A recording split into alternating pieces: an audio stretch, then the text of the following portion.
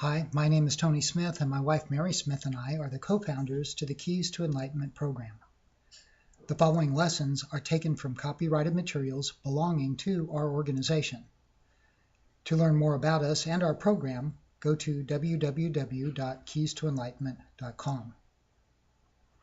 So this is lesson 4 in our meditation series. Now that you have practiced and understand the centering or mindfulness meditation, we trust you have taken a moment to record your impressions. This will allow you to compare to the other types of meditations that we will present. This type of meditation is very peace-producing, but does not have the potential to stimulate the higher vibrations of your soul that can be reached at the concentration points at or above the pineal gland. The brain is a system, but the mind that occupies the brain is the operator of that system.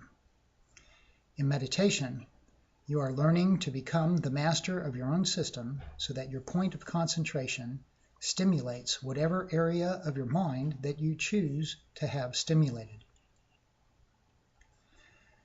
Two types of meditation will be shared with you today because they can be easily combined for a truly uplifting and exciting result every time.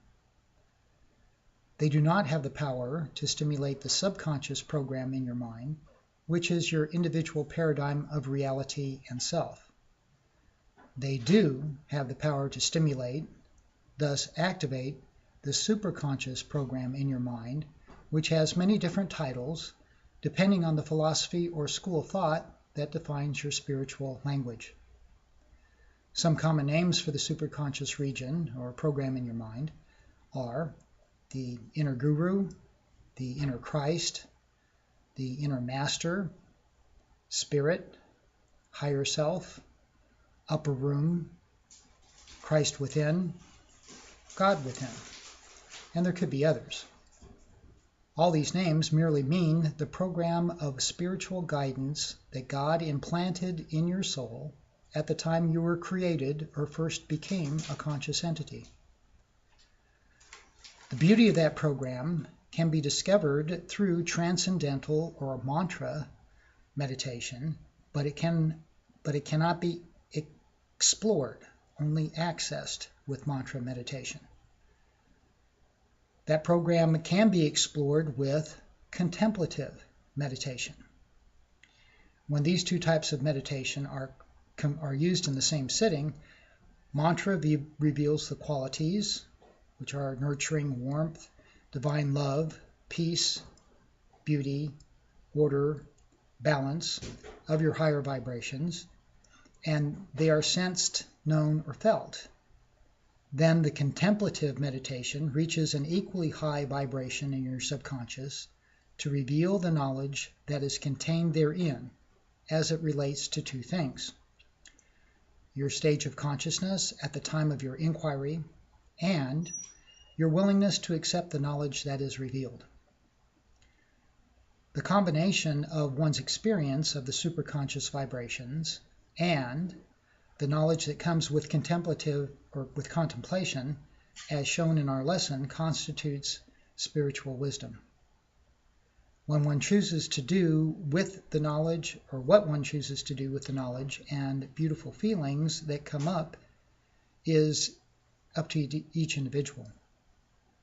God's gift to us is individual freedom to choose the power of prayer and meditation as a key to increasing our awareness of the spiritual vibrations within. So let's first talk about mantra or transcendental meditation. The major benefits, other than stress reduction, for this meditation are discovering the beautiful vibrations of the qualities of God-mind, which are contained in the divine intelligence that fills your mind. The feelings that results from discovering those vibrations cannot be duplicated in any other experience. They are unique to your personal experience of the divine vibrations sent directly from God mind into your individual mind, and they cannot be severed. They can, however, remain undiscovered, and they can be suppressed by the individual if we are not willing to exchange the meditation time and practice required for the benefit of this experience. Next, there is a potential for a major paradigm shift that is filled with more spiritual vibrations than the former paradigm. A paradigm is a belief about something that produces feelings which support that belief. Your spiritual paradigm is made up of your spiritual beliefs and the feelings spawned by activating those beliefs. Your complete paradigm is the sum total of all your beliefs about reality.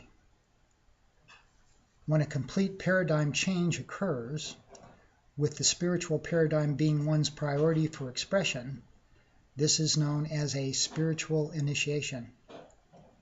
As we know, an initiation is the initial experience and entry point into something. Once a paradigm shift occurs, the work of the individual is to arrange his or her personal way of action or speech to reflect the new perception and the feelings that arise from it. But we are getting ahead of ourselves. More of that later.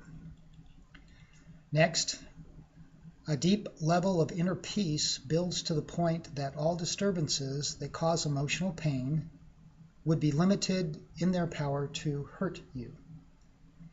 It is like a boundary that no disturbance can penetrate, and it leaves you free to address worldly or social events from a point of empathy or compassion, rather than from a cold, uncaring, non-feeling approach. The mindfulness or centering can produce a constant, cold, uncaring, non-feeling state of consciousness if practiced routinely more than 10 minutes a day. Some people practice this all day in order to avoid feelings. The result of that is almost robot-like non-feeling consciousness. It is to be avoided if you are truly on the spiritual path for learning how to relate to the difficulties of the human condition and your own experiences without animosity or serving pain to others is a part of the spiritual growth. If you use an icy mind to block your ability to sense emotions, you are literally damaging your physical nervous system, since it is the carrier of your vibrations between mind and body. Transcendental or mantra meditation makes your soul stronger in its ability to adapt, adjust, and accept without making you incapable of empathy. And next, this meditation clears the mind of fear and anger. While in the meditative state, it plants the memories of disturbance deeper in the subconscious, where you can examine them for problem solving whenever you have quieted the feelings. A dip in the pool of divine intelligence, with its beautiful invitation to just float in the beauty of the divine, results in you recovering the spiritual strength and will to come back into the human experience without negative feelings to color your choices. Okay, so let's talk about how to practice the mantra meditation in your upper room. First, relax by breathing deeply, focusing on the breath or the heart area, and sitting or lying with your back straight, like we reviewed in the last session. Do this for 1 or 2 minutes, and then do a brief centering meditation. And this again would take about 1 or 2 minutes. Use your power of will to lift your attention to the area near your pineal gland. This would be between the crown of your head and the pituitary gland, which is between the eyebrows. So it would be about right here, middle of your forehead. While holding your concentration there, begin to mentally repeat your mantra rhythmically over and over in your mind. And the last step, if your attention seems to rise higher toward the crown of your head, allow that to be. If your attention falls below the pineal gland, use your willpower to confirm your concentration point as the pineal gland or higher. Some people find it easier to hold their attention point if they image a soft white light at the pineal gland. They can use that as something to look at while they are chanting the mantra. Okay, That's all there is to it, and practice this daily for 20 minutes. Now let's talk briefly about choosing a mantra. You do not need to pay someone thousands of dollars to assign you a mantra. You and the divine essence in you can do that more perfectly than any other person could do. A mantra is a word that is meaningless to you. If it has meaning to you, it will trigger thoughts from your subconscious, and you will not be able to access the higher vibrations in your mind due to your working program being activated. So among the ideas I will suggest, choose a word or combination of sounds that has no meaning to you. Your personal mantra will be a combination of vowels and consonants. You get to choose the combination by experimenting with various combinations that sound good to you.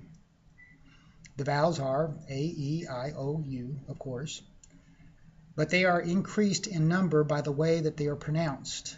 For example, A can sound like A as in lake, or ah as in bath. Each sound produces and triggers a different vibration in your consciousness, you see. The letter U can sound like the U in butter, but when connected to the O, as in ow, it can sound just like U as in the word soup. So you get the picture.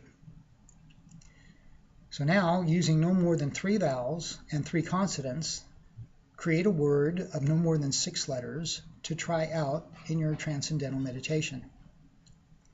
Imagine yourself going quietly to a meeting with God, whatever your concept of God.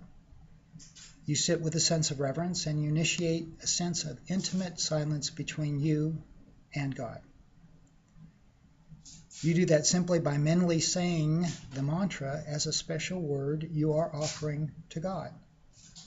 The response is a vibration that is pleasant to you. Then you give God the word again.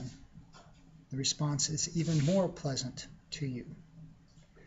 Then you give God the word again, and each time experience a lovely, awe-inspiring, peaceful response. The result in you after 20 minutes of this is accumulative and beautiful. Okay, so let's talk about contemplative meditation now. Okay, first, determine one point of inquiry or topic or question that you will consider during this sitting. So you need to think of an idea, a question that you might want to have that you will present to God, and you need to do that before you even start the meditation. After 10 or 15 minutes of mantra meditation, release the mantra. Immediately offer your question or your topic of exploration to God instead of the mantra. The response will be constructive ideas that you can use later or not as you decide. It will be like a conversation with God in which abstract principles, ideas, knowledge, and wisdom are given to you. But just as in a conversation with a person, you later determine how you might use these ideas, if at all. God provides ideas and love, but does not dictate how you must use them. Okay, the benefits of contemplative meditation is, of course, all the benefits of the mantra meditation, since this is following that, plus a rapid increase in spiritual understanding, spiritual influence, or guidance of the inner Christ, confidence in choice-making, increase in creative powers of mind, which are the various types of creative thought or reasoning, subduing of the monkey mind as you are sitting with the master mind and ignoring the children, increase in willpower, ability to problem solve, knowledge of creative laws and laws of dynamics, and many, many more. We wish you full speed ahead with your development of spiritual wisdom and joy as you dare to apply to life what comes to you during your contemplative meditations. And these meditations can be used separately. You can use the contemplative meditation by itself after you do the relaxation and the centering meditation, or you can do the mantra or transcendental meditation by itself as well. So again, we wish you Godspeed. Thank you.